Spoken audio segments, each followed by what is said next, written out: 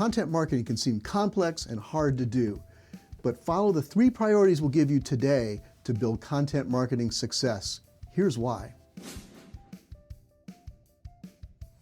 Mark, content marketing is a complex topic. What would you say are the most important things content marketers should be pursuing right now? Well, I have 3 priorities that I try to follow myself. Number 1 is to balance quantity and quality. 2 is to prioritize content hubs. And 3, build content bridges. All right, well, let's take those one at a time then. Start with balancing quantity and quality in your content. Okay, this is, in the old days, the conventional wisdom was to create as much content as you can. And in another video here in our Here's Why series, you're going to talk a little bit more in detail about what that means and what that looks like in terms of balancing those 2 things. Let's talk for a moment about why it seemed to used to make sense to just create as much content as you possibly can. Before social media, for example, almost all content had a short lifespan. Most people got their content through an RSS feed or email notification, and that was it. It was gone forever. Now with social media, if you're doing it right, you can take your best content, your evergreen content, promote it again and again and again so more people see it.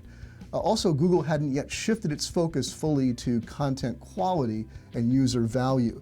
Now, all the traditional signals are still there in Google, but these are things that they've done a lot better with in recent years.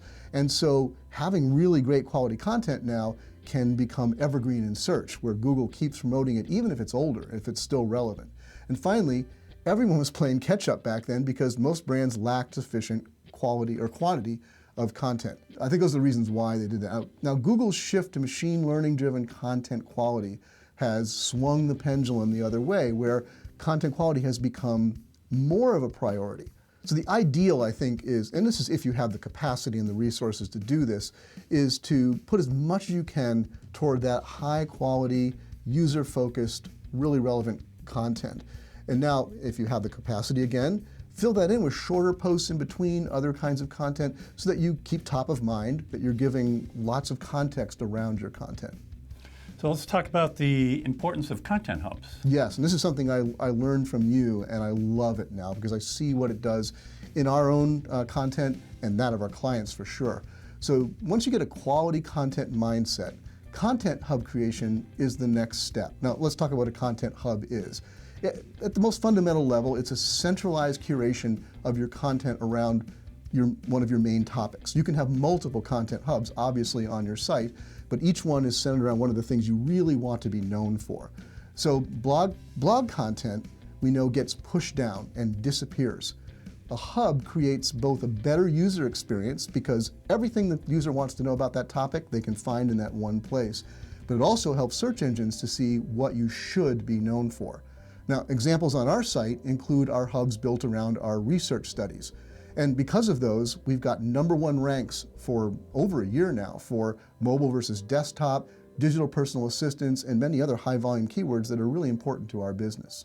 Right, and I think what most people don't realize is that in a blog construct, this is a little bit of research work I did, 75% of the content that goes in, or the pages in a blog, are things that Google really shouldn't index. Yeah.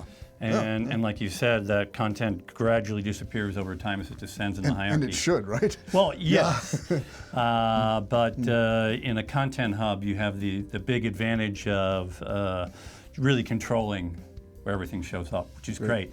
But the last priority you mentioned is building content marketing bridges. What do you mean by that? Well, first of all, I have a lot more detail about that in another Here's Why episode and also a blog post that I published about it. But let's talk about the basic idea. A content bridge means bridging the gulf between brand goals and consumer wants and needs. And I think the most successful content has the right balance of both. You can be out of balance either way, too much, trying to engage consumers but little about your products or services or what your brand is really about, or the other way of just trying to sell that people don't want to see with no helpful informational content. So you want to find the bridge, the balance between those two.